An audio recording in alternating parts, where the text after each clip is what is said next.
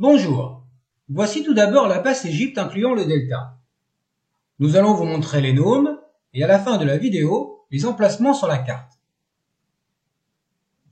Le premier nome de Basse-Égypte s'appelle Ineb Hedj, le mur blanc. La capitale est Memphis. Avec une variante au pluriel, les murs blancs, Inbu Hedju, et une autre variante. Le numéro 2 s'appelle Khem, la cuisse, avec le hiéroglyphe R60. La capitale, Letopolis. Le numéro 3, Imenet, l'ouest, avec le hiéroglyphe R13. La capitale est Mo-Memphis, ou autrement prononcé Mo-Memphis. Autre appellation, l'Occident. Dès la période gréco-romaine, la Basse-Égypte comptait 5 nomes de plus qu'à l'Ancien Empire. Des nomes se sont séparés ou se sont élargis en diminuant la surface des autres. Le nombre des nomes est décompté en fonction du total à la période gréco-romaine. Nous verrons plus tard qu'il existe donc le nombre 4 et 5 qui suivent la liste. Mais à l'Ancien Empire, le nombre 4 et 5 est constitué en un seul. C'est le nome de Net ou de la déesse Net. Il est noté avec le hiéroglyphe T63C. La capitale est Saïs. Nous le connaissons aussi dès la première dynastie, avec le hiéroglyphe T63A. Le numéro 6, Kadju, le taureau de la montagne, avec le hiéroglyphe E253. La capitale est Bouto P. Bouto est le nom de 2 villes, comme on a déjà pu constater pour Aphroditopolis. Le numéro 7, Wa-M-Pu Gessimenti, le harpon à cordes occidental, avec le hiéroglyphe T85 qui représente donc un harpon à cordes. Le harpon se dit Wa. Hu signifie les cordes. Nous avons ensuite le hiéro de l'ouest, le R14, et le signe suivant se dit Ges.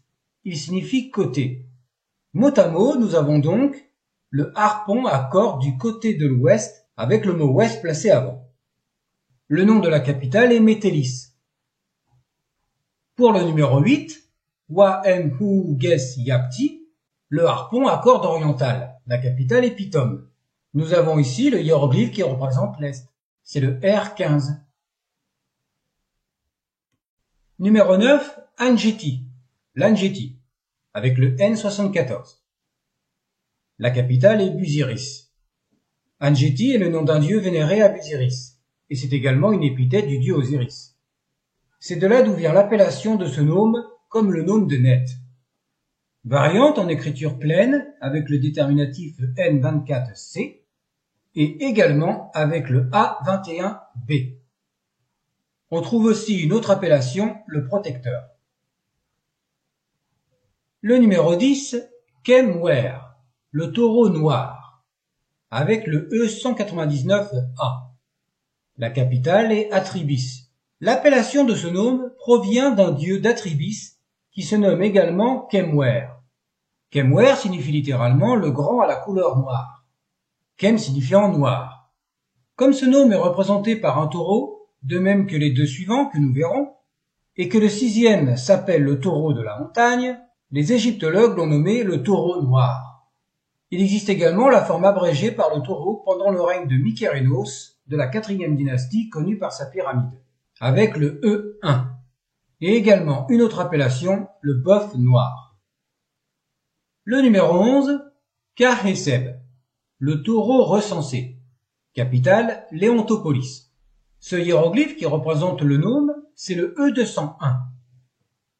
Le petit signe est le AA2, qui peut avoir la valeur Hesseb du verbe recenser, compter, calculer, dénombrer, etc.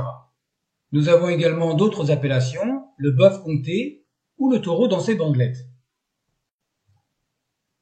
Le numéro 12, Cheb-Netcher, le veau divin, capitale Sebenitos, représenté avec le hiéroglyphe E211. La lecture est bien Cheb-Netcher, car il existe à la période grecque une variante avec le signe Netcher qui représente le dieu et qui remplace le taureau. Le terme Cheb signifie le veau. La traduction exacte du nome est donc le veau divin. Les scribes du début de l'histoire voulaient représenter l'aspect divin par un taureau. On trouve également en référence aux deux animaux l'autre appellation, le taureau et le veau. Le numéro 13, Heka Anj, le sceptre intact, capitale Héliopolis. Le premier signe est le V26. Anj signifie intact. Nous connaissons le sceptre et sa valeur Heka. Les deux signes sont inversés dans l'écriture. Nous avons également une variante. Autres appellations, le sceptre saint, le sceptre prospère, le souverain gaillard ou le pilier. Heka signifie souverain. Les égyptologues ont transcrit Anj par gaillard, ce qui est mieux que le souverain intact. Nous avons déjà vu l'écriture pour Héliopolis avec le hiéroglyphe O28 qui représente une colonne et par extension un pilier. D'où son autre appellation, le pilier, en référence à la capitale de Senoum. Le numéro 14, Khenti Ges Yapti, le dressoir oriental. La capitale est Bénou. Littéralement, celui qui préside aux côtés de l'Est. Les égyptologues ont traduit par dressoir parce qu'il existe un mot khenet qui signifie socle ou support, d'où le mot dressoir. Il existe également une autre appellation, la pointe de l'Orient.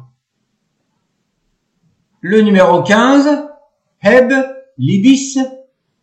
La capitale est Hermopolis Parva, représentée par le hiéroglyphe G26. Et enfin, le numéro 16, Hatmehit, le dauphin. La capitale est Mendes. C'est le hiéroglyphe K17 qui représente un poisson appelé brochet du Nil que l'on a déjà vu pour le signe K4. La transcription Hatmehit vient d'une déesse portant le même nom. Hatmehit peut se traduire par l'élite des poissons et cette appellation convient très bien à un dauphin.